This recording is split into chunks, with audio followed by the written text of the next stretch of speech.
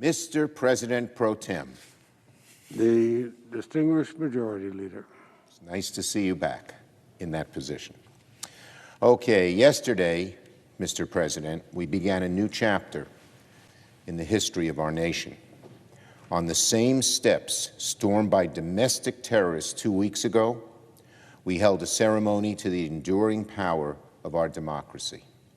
It was a symbol to the world that America is back, and a message to those domestic terrorists that they will never prevail. Even as the festivities were in full swing, our new president and this new Senate commenced the work of rebuilding our country and healing its wounds.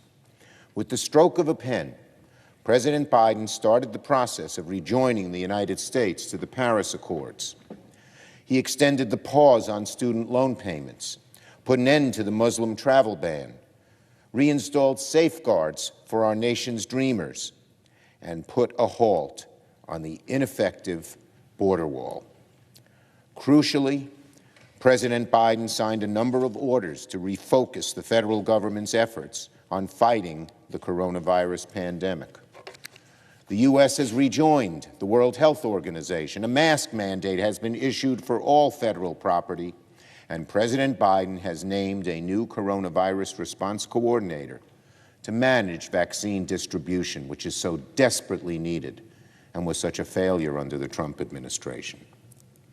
Our country has suffered deeply from a chaotic, lackluster, and incompetent federal response to COVID-19. As we cross the grim milestone of 400,000 American fatalities from COVID, the Biden administration is wasting no time in marshaling the resources of the federal government into action, and today released a national strategy to defeat the pandemic. What a concept! A president who actually takes the defining crisis of our time seriously. What a change, and how great is the need. Here in the Senate, the first order of business is to fulfill our constitutional duty to advise and consent on the president's appointments to his cabinet.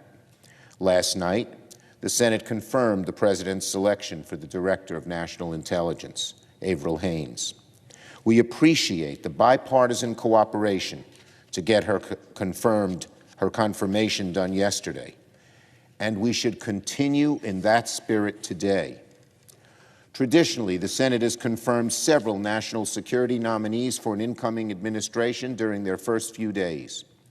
Even as power changes hands from one administration to the other, the work of keeping our nation safe must not be paused or be disrupted.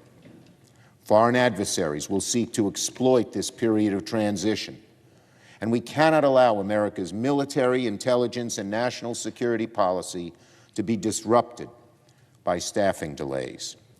In 2017, President Trump had his Defense Secretary and Secretary of Homeland Security in place on Inauguration Day. President Biden deserves his national security team in place as soon as possible, as well as key officials in charge of responding to the current health and economic crises. With the cooperation of our Republican colleagues, we can and should confirm the Secretaries of Defense, State, Homeland Security, and Treasury without much delay. While national security is paramount, I'd remind my colleagues we're in the middle of an economic crisis. The sooner we confirm a Treasury Secretary, the better. And so, as we begin the process of bringing our country back together, let the first week of this Congress be a collaboration between our two parties to confirm President Biden's cabinet. I yield the floor.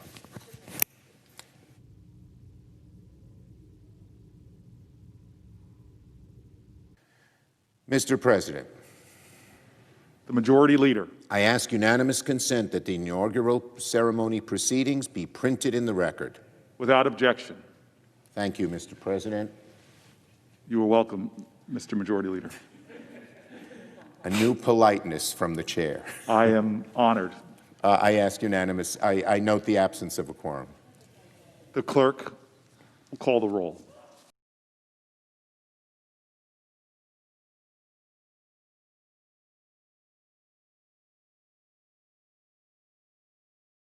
The biggest stories the moment they happen from around the globe. Subscribe to Bloomberg Quick Take now for insight in an instant.